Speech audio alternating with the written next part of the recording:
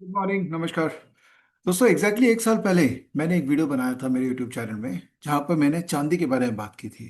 And I recommended people to start SIP in चांदी। तो मैं आज है ना, एक साल बाद इसका एक रिव्यू आपके साथ करना चाह रहा हूँ कि अगर आपने वो इन्वेस्टमेंट चालू नहीं किया है तो क्या आपको अब चालू कर देना चाहिए। और चांदी सोना सबके बारे में बात करेंगे। और ऑब्वियसली इंडियन मार्केट के बारे में बात करेंगे कि क्या लग रहा है इंडियन मार्केट में अभी। और अगर आपको पार्टिसिपेट करना है तो कैसे पार्टिसिपेट करना है। तो छोटा वीडियो होगा बट काफ़ी रेलेवेंट होगा। तो स्क्रीन शेयरिंग कर रहा हूँ और आपके साथ में चर्चा में चालू करना चाह रहा हूँ। तो ये है स्क्रीन मेरा आपके सामने। तो ये था वो वीडियो जो पिछले एक साल पहले मैंने रिकॉर्ड किया था। स्टार्ट SIP इन चांदी।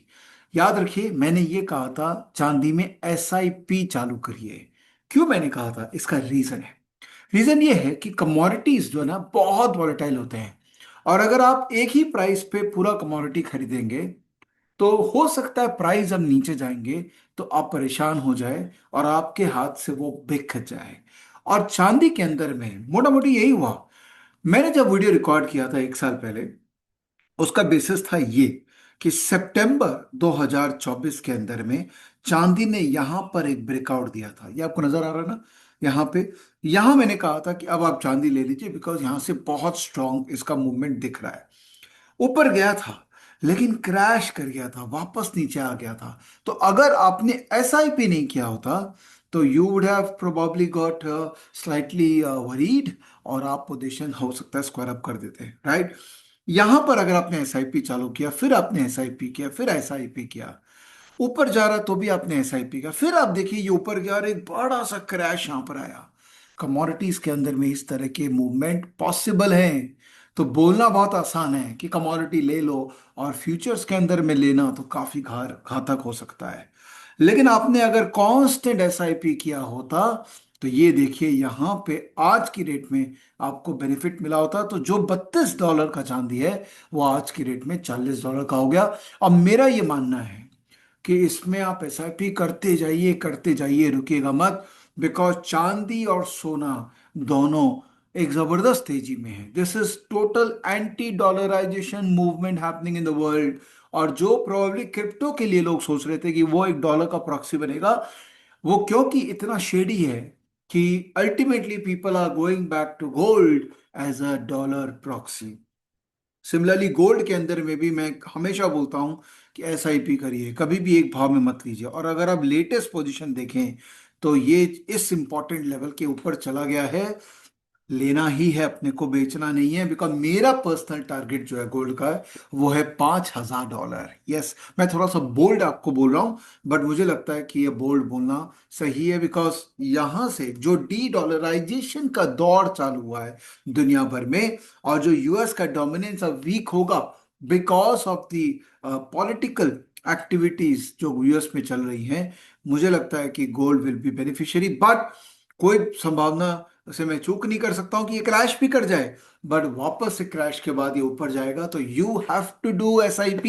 और आपने मेरा वीडियो नहीं देखा तो प्लीज गूगल में सर्च करिए, विवेक, यूट्यूब में सर्च करिए विवेक बजाज सिल्वर, और इस वीडियो को देख डालिए। यहां पर मैंने तरीका बताया है कि कैसे आप SIP चालू कर सकते हैं। ओके। अब थोड़ा इंडियन मार्केट की बात करते हैं, इक्विटी मार्केट की बात करते हैं। तो एक बार इंडियन मार्केट का चार्ट देखते हैं यहाँ पे, और डॉलर का चार्ट देखते हैं। देखिए डॉलर नीचे है, ये तो क्लैरिटी है। डॉलर नीचे है तो इंडियन मार्केट ऊपर होना चाहिए। कई बार होता है इंडियन मार्केट में खुद के रीजंस के कारण इंडियन मार्केट में करेक्शन आ जाती है। और अभी तो ट्रंप साहब जो है वो टैरिफ को लेके जबरदस्त हमारे एंटी हो रखे हैं।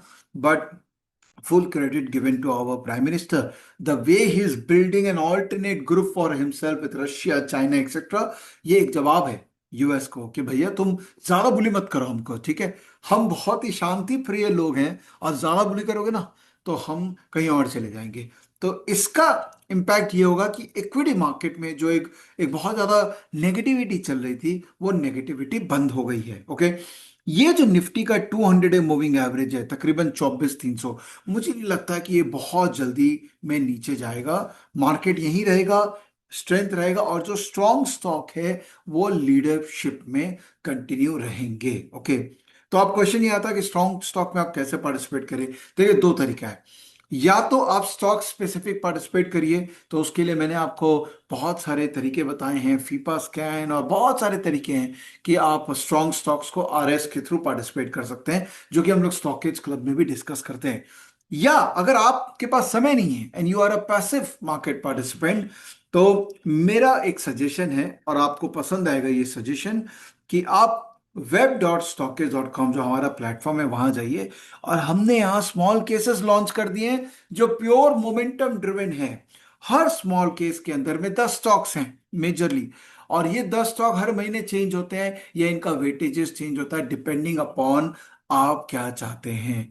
तो एक छोटा सा सजेशन है कि कोई भी एक स्मॉल केस एक बार लीजिए, पर्टिकुलरली ये जो मोमेंटम वाले स्मॉल केस है लीजिए, देखिए खराब बाजार में भी परफॉर्म कर सकते हैं अगर आप इसको ध्यान देंगे तो मेरा सजेशन है कोई भी एक ले लीजिए, जैसे निफ्टी 200 स्मॉल केस ले लीजिए, और इसको देखिए कि आप कैसे राइड कर पा रहे हैं। एवरी मंथ इसके अंदर में चेंजेस आएंगे और आपको बहुत फायदा होगा। अगर आप पैसे मार्केट पार्टिसिपेंट है, अगर आप खुद स्टॉक नहीं आइडेंटिफाई कर सकते हैं, तो स्मॉल केस जो हमने लॉन्च किया है वो एकदम परफेक्टली डिजाइंड है आपके लिए है। ऑलराइट। तो दोस्तों, सोना चांदी में एसआईपी कंटिन्यू करना है। इंडियन मार्केट के अंदर में मोमेंटम चलेगा जब तक निफ्टी 200 मूविंग एवरेज के ऊपर है, मोमेंटम बरकरार रहेगा। और बेस्ट तरीका मोमेंटम प्ले करने का है स्टॉक स्पेसिफिक। या तो आप स्टॉक आइडेंटिफाई कीजिए जो आरएस प्रोसेस मैंने समझाया उसके थ्रू, जो स्टॉकेज क्लब में अवेलेबल है, या हमारा जो स्मॉल केस है उसको सब्सक्राइब कर लीजिए, वहां आपको हर महीने स्ट्रॉन्ग स्टॉक्स एनीवेज हम मेल कर देंगे। Alright, thank you, bye, good day.